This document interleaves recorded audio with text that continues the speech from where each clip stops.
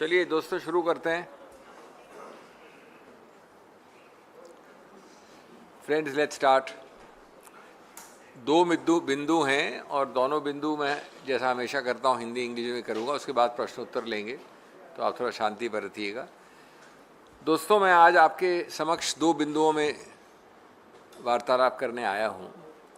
दोनों बड़े गंभीर हैं, दोनों चुनाव आयोग से संबंधित हैं और मैं ये कहूँगा कि हम कभी भी नहीं चाहेंगे कि इतनी वरिष्ठ संस्था जिसको सींचा गया, पनपाया गया, बढ़ावा दिया गया इतने सालों से, वो कभी भी इस गिरावट के स्तर पे आए कि हमें इस पर टिप्पणी करनी चाहे। कोई भी नहीं चाहेगा, कांग्रेस पार्टी नहीं चाहेगी, लेकिन ये कहना आवश्यक है कि कभी भी ECI eager and compliant institution नहीं बन सकता। ईगर एंड कंप्लायंट न बनना चाहिए, न बनने देना चाहिए। और चुनाव आयोग भी जब चुनने लगेगा, चुनाव आयोग जब चुनने लगेगा और वो भी को, तो दुर्भाग्य का वो दिवस होगा। और मुझे इसी संदर्भ में ये दो बिंदुएं आपके सामने रखनी है। पहली बात है कि बड़ी अजीबोगरीब चीज़ हो रही है।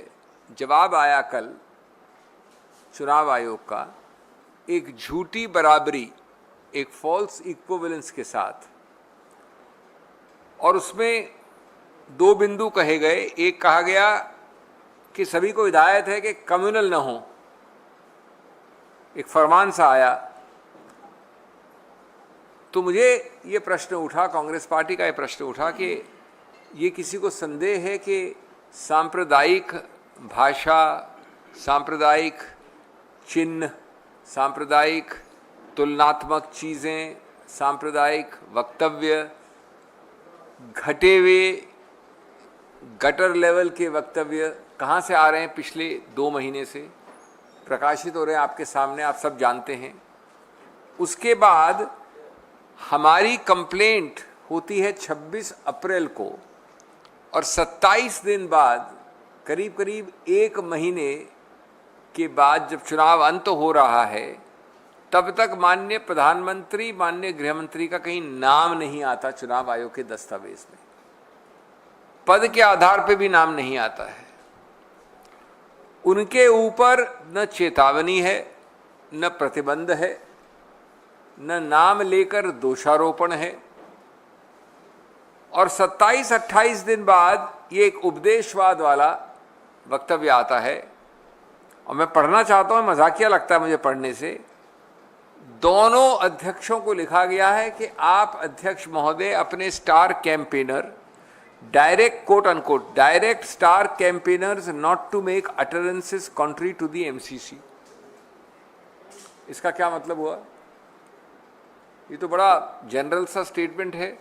मैंने एक कंप्लेंट की आपके विरुद्ध कि आप इतने घिनौने वक्तव्य दे रहे हैं। 27 दिन बाद ये सुनने के लिए की थी कंप्लेंट मैंने। दूसरा, quote unquote, utterances of star campaigners create patterns which can be damaging beyond MCC period, unquote। ये दुर्भाग्य है, ये मजाकिया है। इस प्रकार के वक्तव्यों का क्या मायने है? ये तो प्रोत्साहित करते हैं कि कल परसों तरसों आप वापस वही करेंगे। इसमें कोई दोषारोपण नहीं, कोई नाम नहीं, कोई प्रतिबंध नहीं, कोई चेतावनी नहीं। तो ये भय कैसा है? ये हिचक कहाँ की है? और ये हिचक और भय सिर्फ जब नाम आते हैं माननीय प्रधानमंत्री और गृहमंत्री की, तभी क्यों उठती है? ये झूठी बराबरी किसकी है? दोनों अध्यक्षों को लिख दिया फॉल्स इक्विवेलेंस करके। ये इस सांविधानिक स्तर की उच्च स्तरीय संस्था को शोभा नहीं देता। ये उसके सांविधानिक उत्तरदायित्वों के बिल्कुल विरुद्ध है। ये चुनाव आयोग है, किसी का चुनावी एजेंट नहीं है। It is the election commission of India, not the election agent of any party. क्या चुनाव आयोग के विवेक और तर्क में ये लेवल प्लेइंग फील्ड लगती है उसको? ये लेवल, ये बराबरी की समतल जमीन का ये वक्तव्य है कि आप बांसवाड़ा में आप कहीं और घिनौने शब्द कह दें, आप गाली गलौज कर लें, आप स्तर ले आए गटर के स्तर पर, और 27 दिन बाद कुछ भी नहीं होगा। इस प्रकार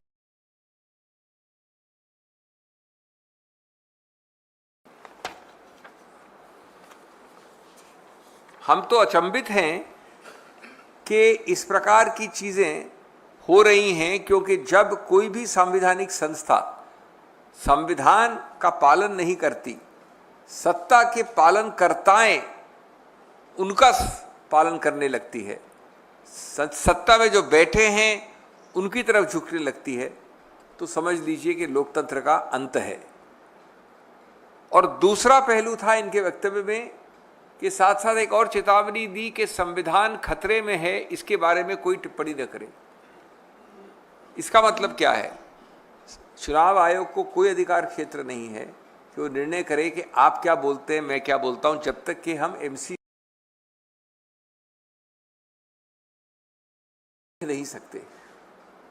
आज हम बड़े खुला बोल रहे हैं और बोलते रहेंगे कि भारत की जो अस्मिता है, भारत की जो सोच है, भारत के संविधान के जो मूल तत्व हैं, मूल ढांचे हैं, वो सब खतरे में हैं। वो इसलिए खतरे में है क्योंकि कई ऐसी चीज़ें हो रही हैं जो हमारे संविधान के बिल्कुल विरुद्ध हैं। तो इस हिदायत में ये लिखा गया है कि ऐसी चीज़ें जो संविधान पर प्रश्न चिन्ह उठाती हैं, आप नहीं कह सकते। ये दूसरा जो पार्ट है वो किसके फेवर में है, किसके पक्ष में है? वो सीधा उन लोगों के पक्ष में है, यानी सत्तारूढ़ पार्टी के, जो चाहती है कि विपक्ष, पूरा इंडिया अलायंस किसी रूप से जनता जनार्दन से ये समक्ष न हो कि किस प्रकार से संविधान को खतरे में डाला है सत्तारूढ़ पार्टियों ने। तो उस पर आप कैसे एक रोकथाम लगा सकते हैं? और इधर खुलेआम सांप्रदायिक वक्तव्य आ रहे हैं और आप बराबरी का एक स्टेटमेंट देते हैं। ये मेरा पहला बिंदु है। ये अत्यंत दुखद प्रसंग है, ये अत्यंत दुर्भाग्यपूर्ण है, भर्त्सना योग्य है कि चुनाव आयोग अपनी संविधान।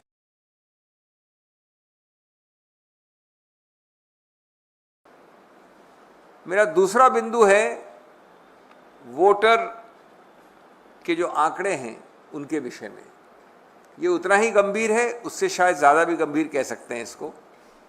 और इसमें बड़ा मजाकिया चीज़ हो रही है जिसके बारे में मैं आपको बताना चाहता हूँ।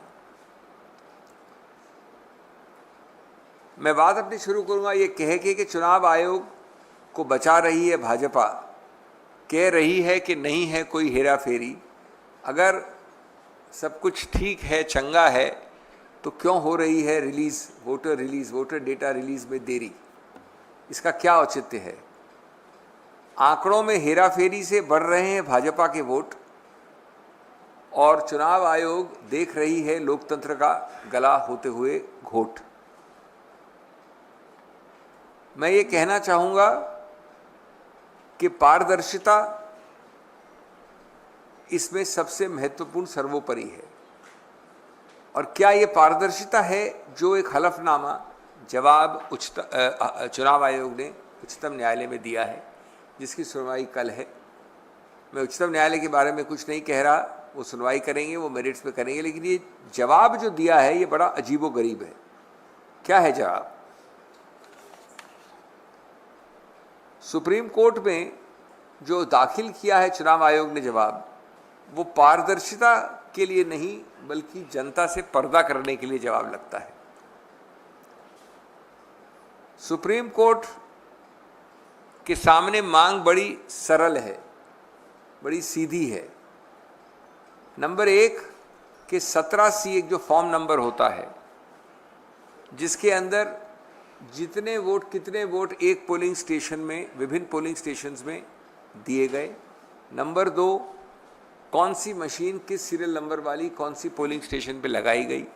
और नंबर 3 हर मशीन में कितने वोट पड़े। ये चुनाव आयोग कृपया अपनी वेबसाइट पे लोड कर दे। ये बड़ी सरल सी सीधी मांग। अभी क्या मांग में कोई बहुत अजीबोगरीब चीज़ लगती है आपको? ये कोई घिनौना पाप है ऐसी मांग करना? अब इसका जवाब देखें आप हलफनामे में जो आया है, इतना अचंभित करने वाला, इतना मजाकिया जवाब मैंने तो कम से कम किसी संवैधानिक संस्था द्वारा नहीं देखा। पहला इसमें बिंदु है quote unquote, it is undesirable and unfeasible without undesirable and unfeasible to disclose this data. ये अनडिजायरेबल और अनफीजिबल उनके शब्द हैं, आपको बताता नहीं है चुनाव आयोग कैसे अनडिजायरेबल है, क्यों अनडिजायरेबल है, किस प्रकार से अनडिजायरेबल है या अनफीजिबल है।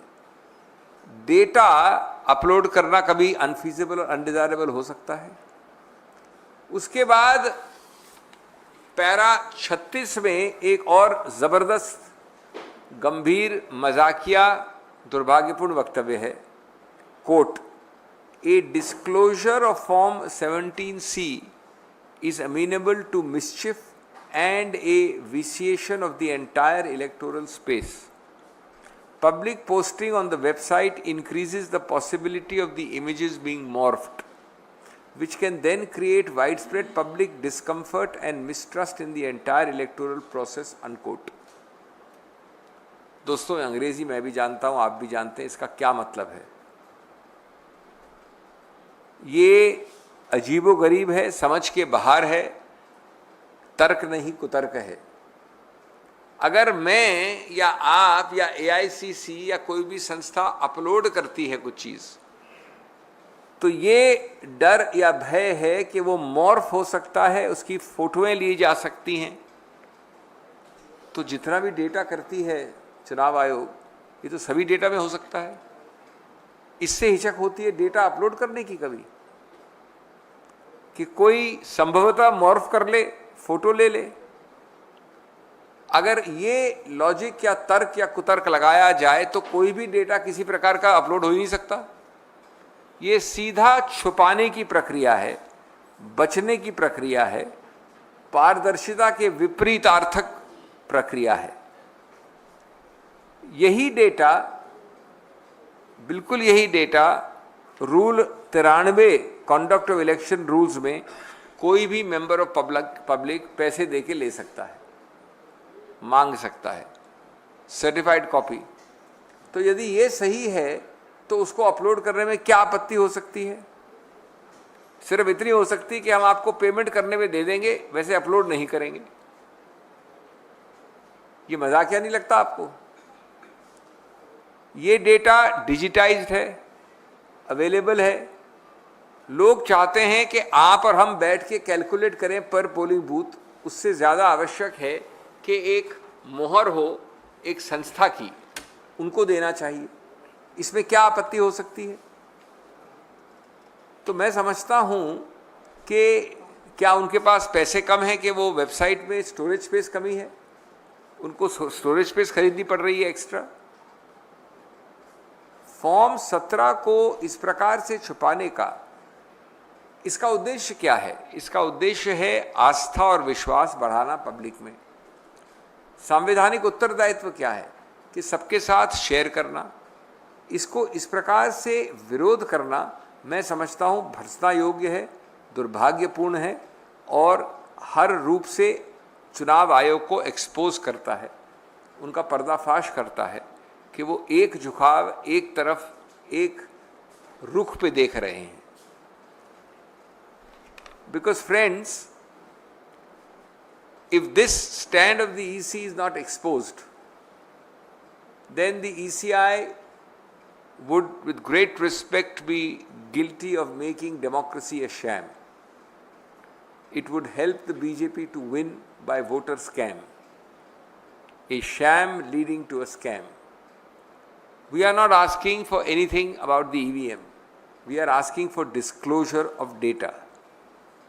Through this stand, in its ridiculous affidavit, the ECI is falling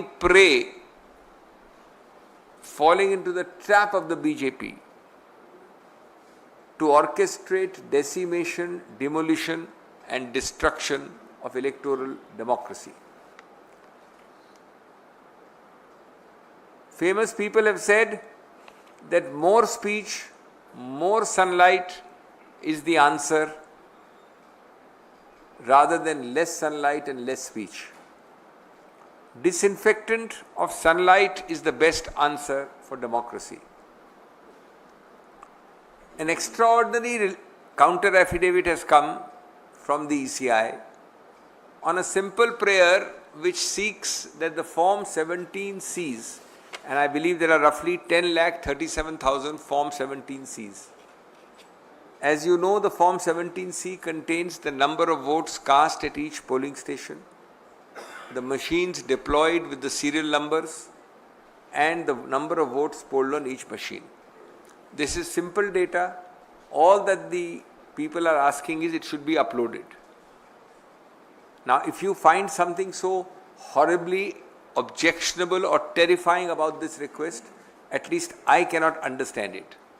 At least the ordinary man cannot understand a simple request for disclosure and transparency. Yet the reply which the EC has filed is quite remarkable, is astonishing, is ununderstandable, is absurd, is laughable. Their first point is undesirable and unfeasible to give this data, quote unquote. How undesirable? Why unfeasible? In what manner undesirable and unfeasible? No answer. Second, even more shocking, in para 36 they say that a disclosure of 17C is amenable to mischief and a vitiation of the entire electoral space. Imagine, disclosure is amenable to vitiation of the entire electoral space. Public posting increases the possibility of images being morphed. This can create widespread public discomfort and mistrust. This is like a febrile and fertile imagination of the ECI running amok. Their first imagination is that a disclosure will be amenable to mischief, which means it may be misused. Their second imagination is the entire electoral space will be vitiated. Third is, it can create widespread public discomfort. How? Even today all the data of the EC is uploaded. If I am a criminal and if you are a mischievous person, you can morph, you can photograph even now. And by this logic, no data can be disclosed, no data can be uploaded, because everything is liable to be distorted and misused. The test is not what might happen, what may happen. The test is how you will combat bad things but not let the good things be suppressed. The funny part is that Rule 93 allows this very data to be given to me at payment of cost. What they want is each person makes an application, gets the data for that respective polling booth. They don't want a total picture to come. This data can be calculated by my polling agents also, I know. But they don't want the stamp of approval of the ECI.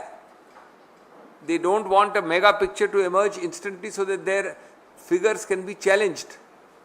Who wants this? Clearly the ruling party. And who is falling into the trap of doing what the ruling party wants? Clearly the Election Commission of India. I hope and trust the day never comes when it is called the election agent of the ruling party. I hope and trust the day never comes when it becomes an eager and compliant institution. They are as much on trial as the political parties we oppose. The political parties can fail the trial. The EC cannot afford to fail the trial. The EC has not passed the high constitutional obligations and the tests imposed upon it.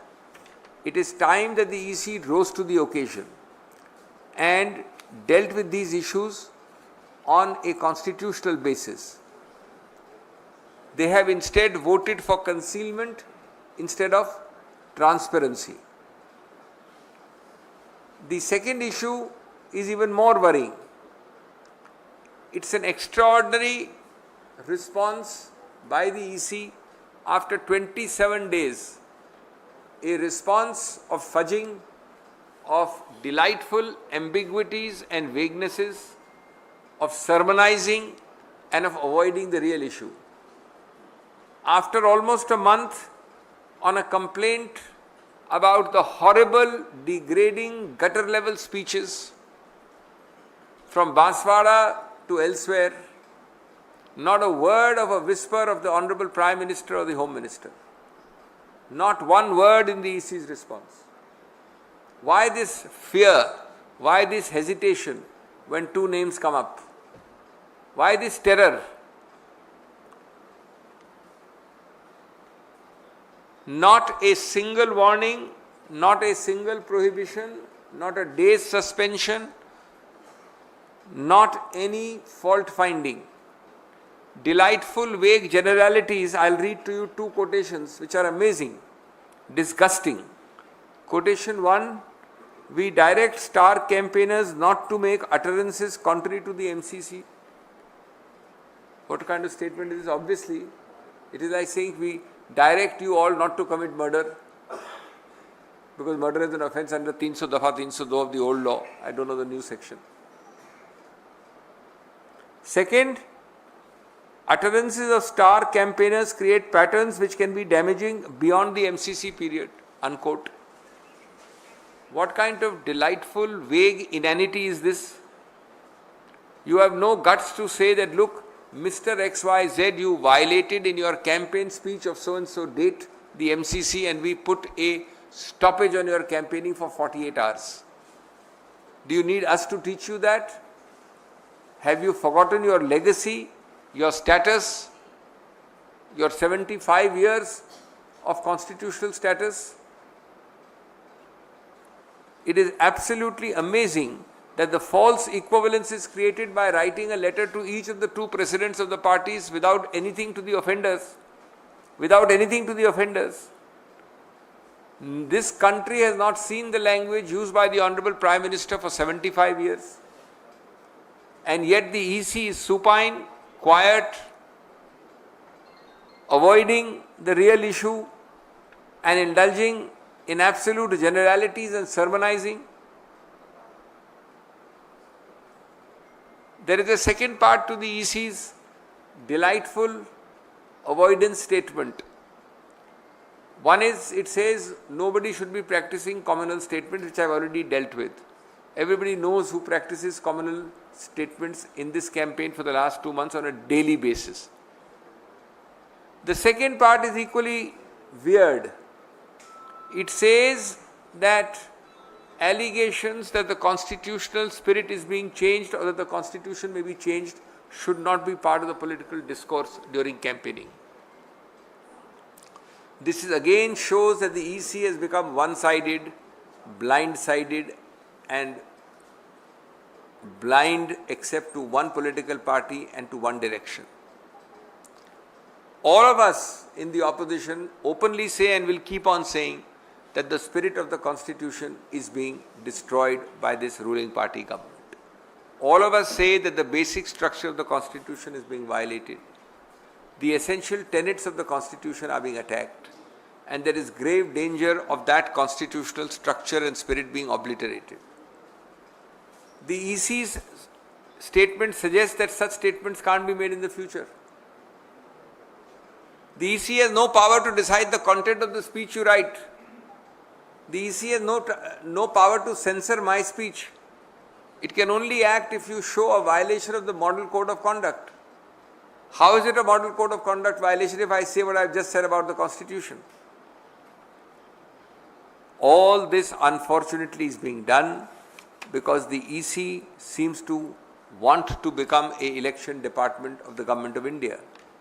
It cannot afford to become an election ally. It has to restore its credibility and independence. When any constitutional body, instead of following the constitution, becomes a follower of power, then democracy is in grave, grave danger. As I said, through such actions, the BJP is orchestrating the decimation, demolition and destruction of electoral democracy and is trying to involve as a co-participant a constitutional body known as the Election Commission of India. Thank you.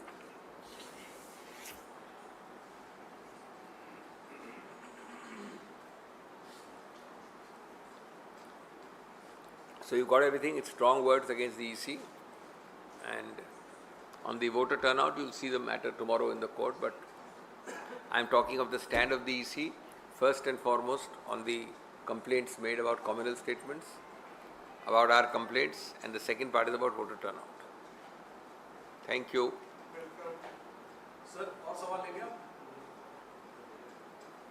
Sir इसी मसले पर जो 17C वाला मसला है, तो वो ठीक बात है कि सार्वजनिक होना चाहिए, इसमें कोई आपत्ति नहीं होनी चाहिए, लेकिन खड़गे जी के लेटर के जवाब में जो चुनाव आयोग ने कहा था कि आपने कोई भी एक ऐसा उदाहरण नहीं दिया है कि हमने 17C फॉर्म आपके बूथ लेवल एजेंट को नहीं दिया।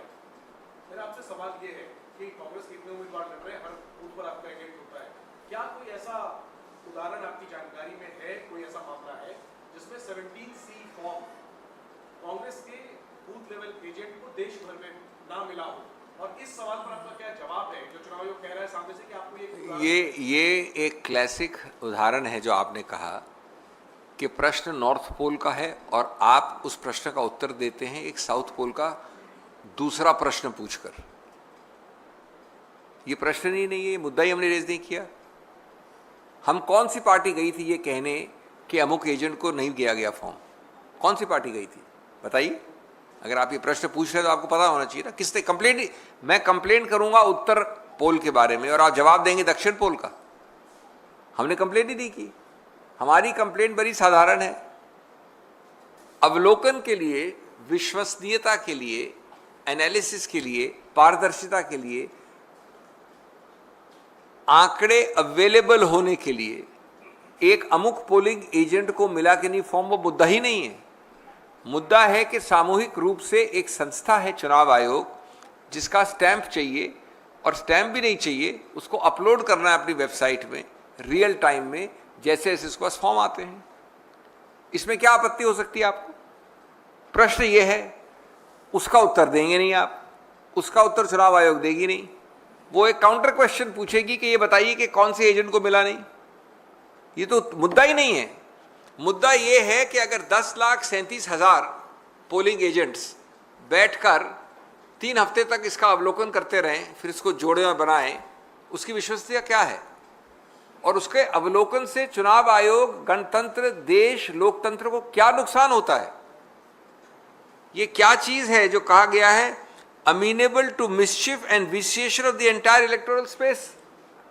अरे भाई, विसिएशन तो वो है जो आपका छुपाने की प्रक्रिया है, वो हो रहा है विशेषण। तो इसलिए इस प्रकार के बरगलाने की टेक्निक्स आम चल जाती है, मेरे साथ नहीं चलने वाली है, क्योंकि हम मुद्दा जानते हैं, लिखित मुद्दा है और उसका जवाब ने दिया नहीं है। हलफनामे में उल्टा आपने संविधान की मजाक उड़ा दी है ये कह के कि it can create wide spread public discomfort and mistrust in the entire electoral process. अरे भैया, इस पे तो विश्वसनीयता बढ़ती है, आप कहते हो कि विश्वसनीयता गिर रही है। सर, जो संस्था चुनाव करवा रही है, जिसके ऊपर निष्पक्षता जिससे एक्सपेक्टेशन किया जाता है, उसकी निष्पक्षता पर आप लोग सवाल उठा रहे हैं। सवाल नहीं, हम तो सीधा आरोप लगा रहे हैं, बड़ा गंभीर आरोप लगा रहे हैं। तो आप एक तरीके से कह रहे हैं कि चुनाव निष्पक्ष तरीके से नहीं हो रहे हैं, तो ऐसे में क्या ऑपोजिशन पार्टी किसी और तरफ भी जा सकती है? क्या चुनावी प्रक्रिया का बॉयकॉट या कुछ और भी आप? तो ये तो चाहती है बीजेपी। इसका हम आपके सामने नहीं रखें तर्क, चुनाव आयोग में डेलीगेशन नहीं ले जाएं, उच्चतम न्यायालय में कोर्ट कचहरी में न जाएं, घर बैठ जाएं, चुनाव न लड़ें। जो इलेक्शन को वैसे ही सिलेक्शन बनाना चाहते हैं वो पूरी तरह से इलेक्शन को सिलेक्शन बना दें। क्या आप समझती हैं हल है? गणतंत्र में गणतंत्र में तो एक ही हल होता है ना। आप लोग किस लिए हैं? आप हमारे इस हल को जनता तक पहुंचाने के लिए हैं। इसका हल ये नहीं जो आप कह रही हैं, इसका हल है कि जागरूकता बढ़ाना, चुनौती देना, न्यायालय पे जाना, प्रेस को बताना।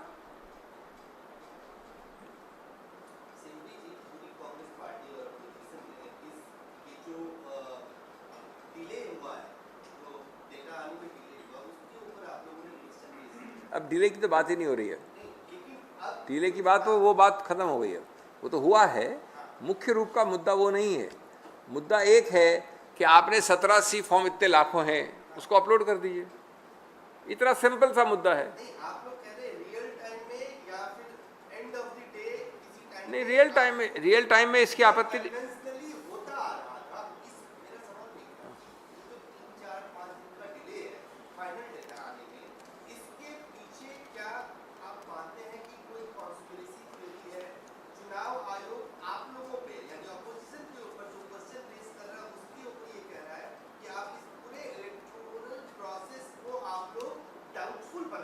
वही तो उत्तर, इसकी मजाक देखिए ना आप, समझिए इसकी बात।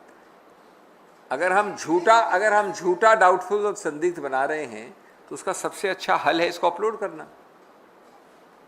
अपलोड नहीं करके चुनाव आयोग को संदिग्ध आप बना रहे हैं।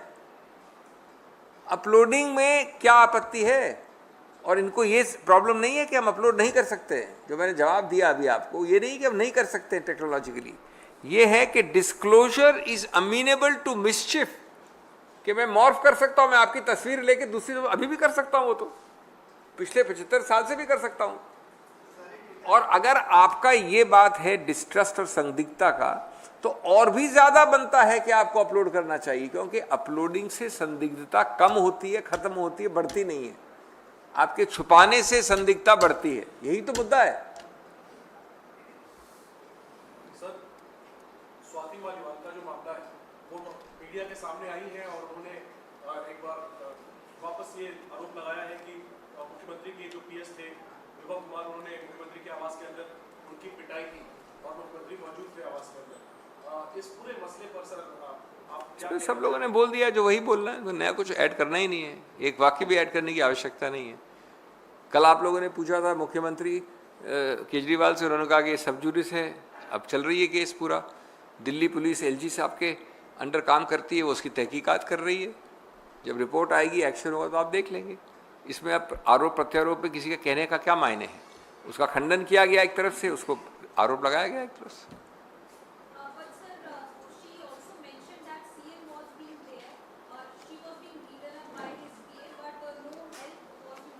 तो सब उसी जो इन्होंने प्रश्न पूछा उसी का तो हिस्सा है ना। ये सीएम वो वहाँ थे, कभी नहीं बोला, उन्होंने भी नहीं बोला। ये इंटरव्यू में बोला मुझे पता नहीं, उन्होंने अभी तक किसी कंप्लेंट में ये नहीं कहा कि सीएम वहाँ खड़े थे और मेरे को पीट रहे थे। घर पे थे तो बोला, ये घर पे किसी और हिस्से में रहे होंगे वो, मैंने ये नहीं कह रहा हूँ। ये खड़े थे और पीट रहे थे, दो अलग अलग चीज़ें हैं ना। आप भी क्या बोल रही हैं?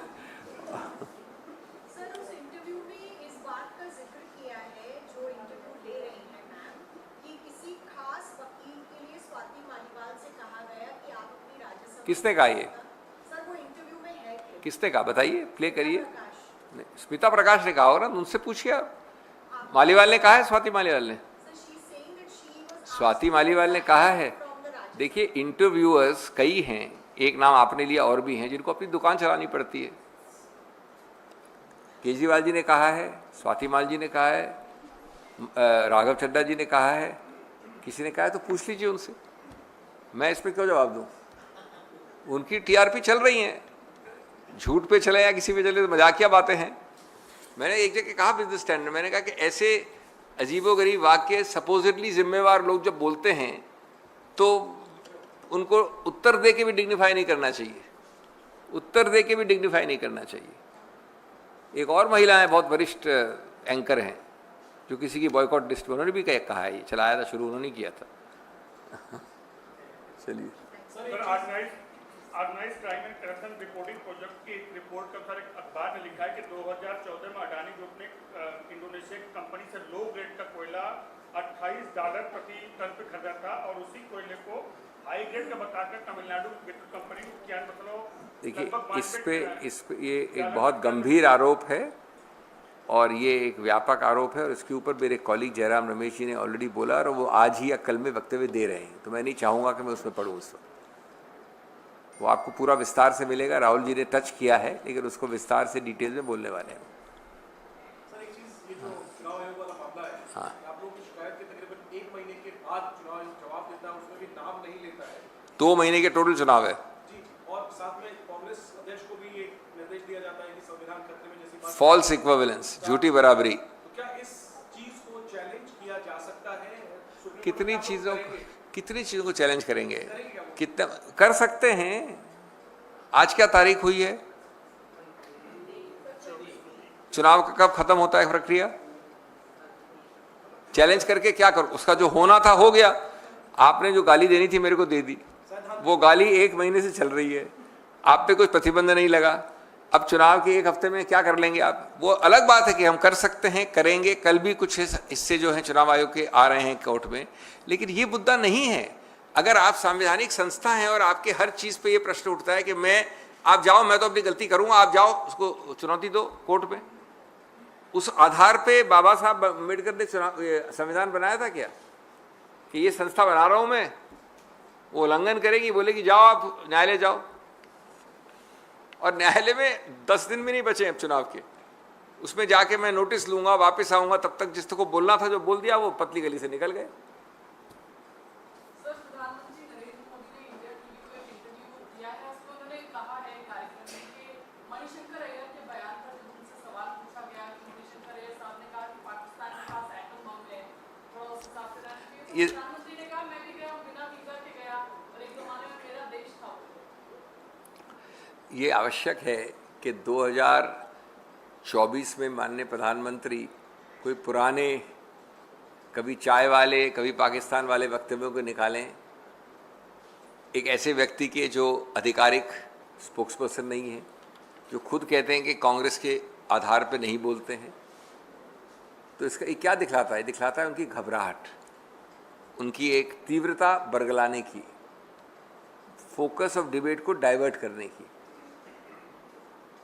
हाँ, इतने साल पहले वो जो हैं उनके हेगड़े जी, अनंत हेगड़े कर्नाटक, उन्होंने ये कहा था मैं इस पे चलाऊंगा अपनी कैंपेन। हाँ, इतने साल पहले गोलवालकर जी ने ये कहा था। तो इस पे कैंपेनें चल रही हैं, इससे आपको अपनी कहानी मालूम पड़ती है कि प्रधानमंत्री के पास कोई मुद्दे नहीं हैं।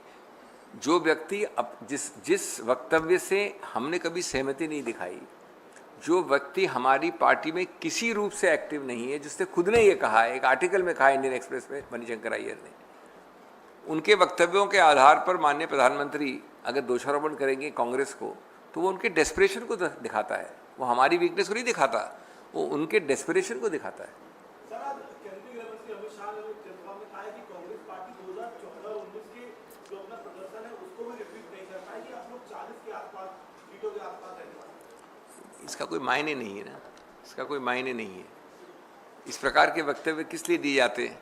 उनको पहले से पूर्वानुमान है क्या ईवीएम्स का कि वो आंकड़े दे रहे हैं, 40 का आंकड़ा दे रहे, तो उनको कोई नियंत्रण है क्या ये इन प्रकार ईवीएम्स का? क्या आधार है उनका ये बोलने का? इस प्रकार की चीज़ों से भारत की जनता, विपक्ष, इंडिया अलायंस न डरने वाला है, न बहकने वाला है, न बरगलाने वाला है। इससे एक अजीबोगरीब नैरेटिव बनता है। उन्होंने कहा था कि हमारे पास 250 सीट आएंगी बंगाल में। जब 70 आई उसके बाद तो शाह साहब ने उसके बारे में बात ही नहीं की कभी, एक बार भी एक वक्तव्य नहीं दिया। तो इस बार भी जब हो जाए चुनाव तो उनसे पूछिएगा, फिर देखते हैं क्या कहते हैं वो। Okay, thank you.